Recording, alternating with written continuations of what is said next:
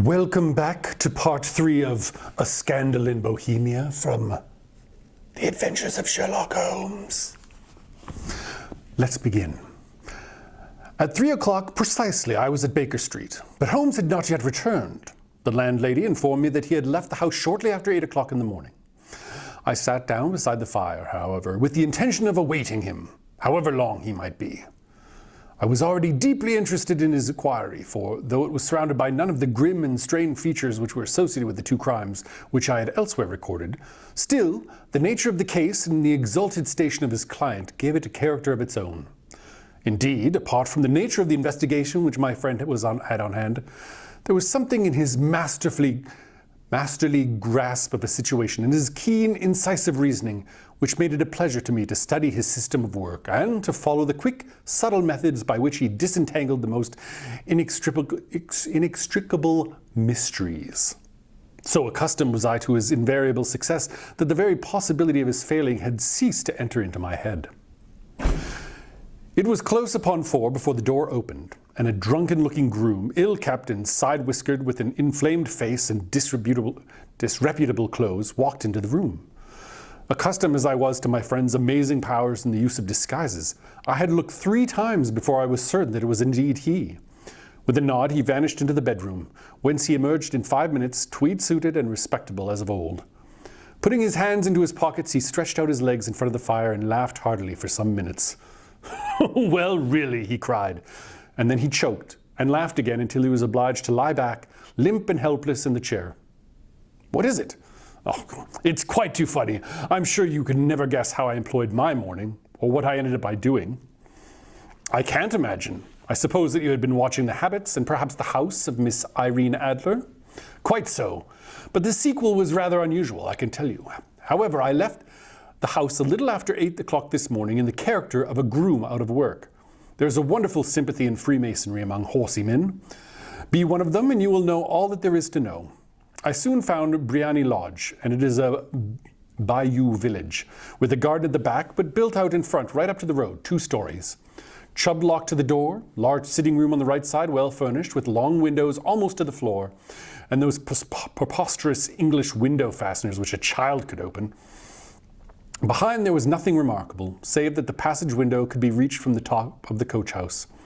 I walked round it and examined it closely from every point of view, but without noting anything else of interest. I then lounged down in the street and found, as I expected, that there was a mews in a lane which runs down by one wall of the garden. I lent the ostlers a hand in rubbing down their horses, and I received in exchange 2 pence, a glass of half and half, 2 fills of shag tobacco, and as much information as I could desire about Miss Adler, to say nothing of half a dozen other people in the neighborhood in whom I was not in the least interested, but whose biographies I was compelled to listen to. "And what of Irene Adler?" I asked. "Oh, she has turned all the men's head down in that part. She is the daintiest thing under a bonnet on this planet, so says the Serpentine Muse to a man. She lives quietly, sings at concerts, drives out at 5 every day, and returns at 7 sharp for dinner. Seldom goes out at other times, except when she sings. Has only 1 male visitor, but a good deal of him. He is dark, handsome, and dashing, never calls less than once a day, and often twice. He is a Mr. Godfrey Norton of the Inner Temple. See the advantages of a cabman as a confidant. They had him driven home a dozen times from Serpentine Mews, and knew all about him. When I had listened to all they had to tell, I began to walk up and down near Briony Lodge once more, and to think over my plan of campaign. This Godfrey Norton was evidently an important factor in the matter. He was a lawyer. That sounded ominous. What was the relationship between them, and what the object of his repeated visits? Was she his client, his friend, his mistress? If the former, she had probably transferred the photograph to his keeping. If the latter, it was less likely. On the issue of this question depended on whether I should continue my work at Briony Lodge or turn my attention to the gentleman's chamber in the Temple. It was a delicate point, and it widened the field of my inquiry. I fear that I bore you with these details, but I have to let you see my little difficulties if you are to understand the situation. "Oh, I'm following you closely," I answered. I was still balancing the matter in my mind when a hansom cab drove up to Briony Lodge, and a gentleman sprang out. He was a remarkably handsome man, dark, aquiline, and mustached, evidently the man of whom I had heard. He appeared to be in a great hurry, shouting to the cabman to wait, and brushed past the maid who opened the door with the air of a man who was thoroughly at home. He was in the house about half an hour, and I could catch glimpses of him in the windows of the sitting room, pacing up and down, talking excitingly and waving his arms. Of her I could see nothing. Presently he emerged, looking even more flurried than before. As he stepped up to the cab, he pulled a gold watch from his pocket and looked at it in earnest. "Drive like the devil," he shouted. "First to Gross and Hankley's in Regent Street, and then to the church of St. Monica in Edgware Road. Half a guinea if you can do it in 20 minutes. Away they went, and I was just wondering whether I should not do well to follow them, when up the lane came a neat little landau, the coachman with his coat only half buttoned and his tie under his ear, while all the tags of his harness were sticking out of the buckles. It hadn't pulled up before she shot out of the hall door and into it. I only caught a glimpse of her for a moment, but she was a lovely woman with a face that a man might die for. "The Church of St. Monica, John," she cried, "and half a sovereign if you can reach it in 20 minutes. This was quite too good to lose, Watson. I was just balancing whether I should run for it or whether I should perch behind her landau, when a cab came through the street.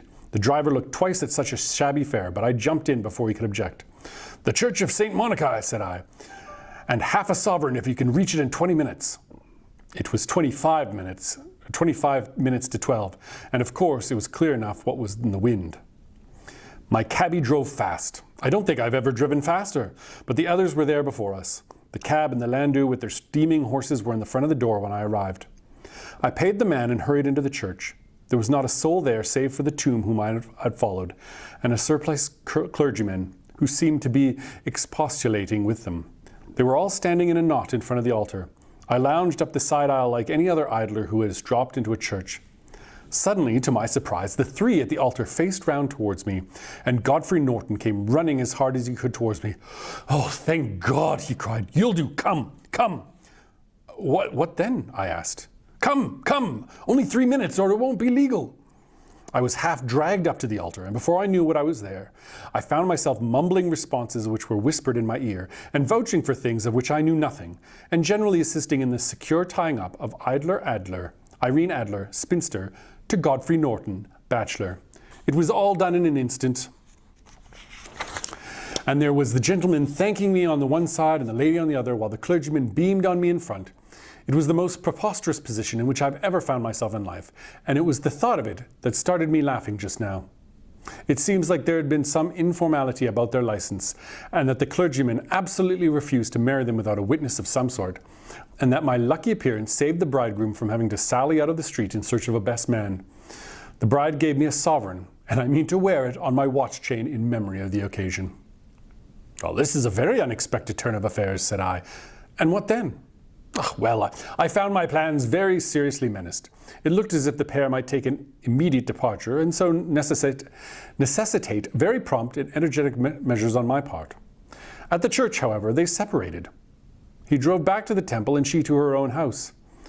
"I shall drive out in the park at 5 as usual," she said as she left him. I heard no more. They drove away in different directions, and I went off to make my own arrangements. "Which are?" "Some cold beef and a glass of beer," he answered, ringing the bell. "I have been too busy to think of food, and I am likely to be busier still this evening. By the way, Doctor, I shall want your cooperation." "I shall be delighted." "You don't mind breaking the law?" "Not in the least." "Not running a chance of arrest?" "Not in a good cause." "Oh, the cause is excellent. Then I am your man. I was sure that I might rely on you." "But what is it you wish?"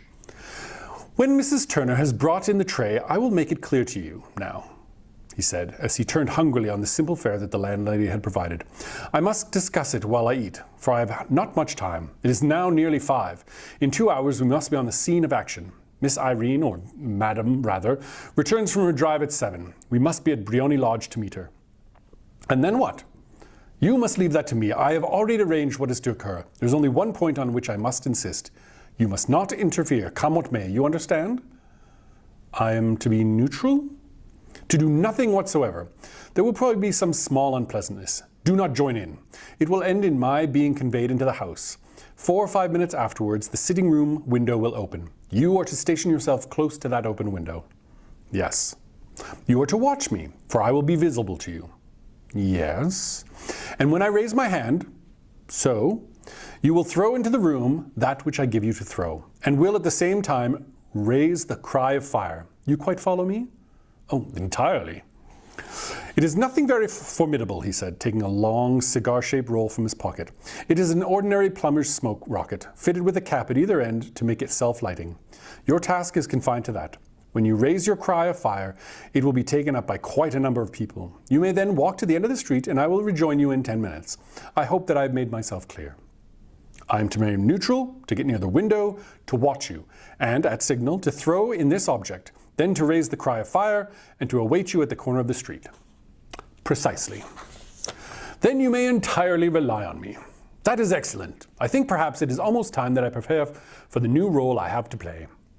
He disappeared into his bedroom and returned in a few minutes in the character of an amiable and simple-minded nonconformist clergyman.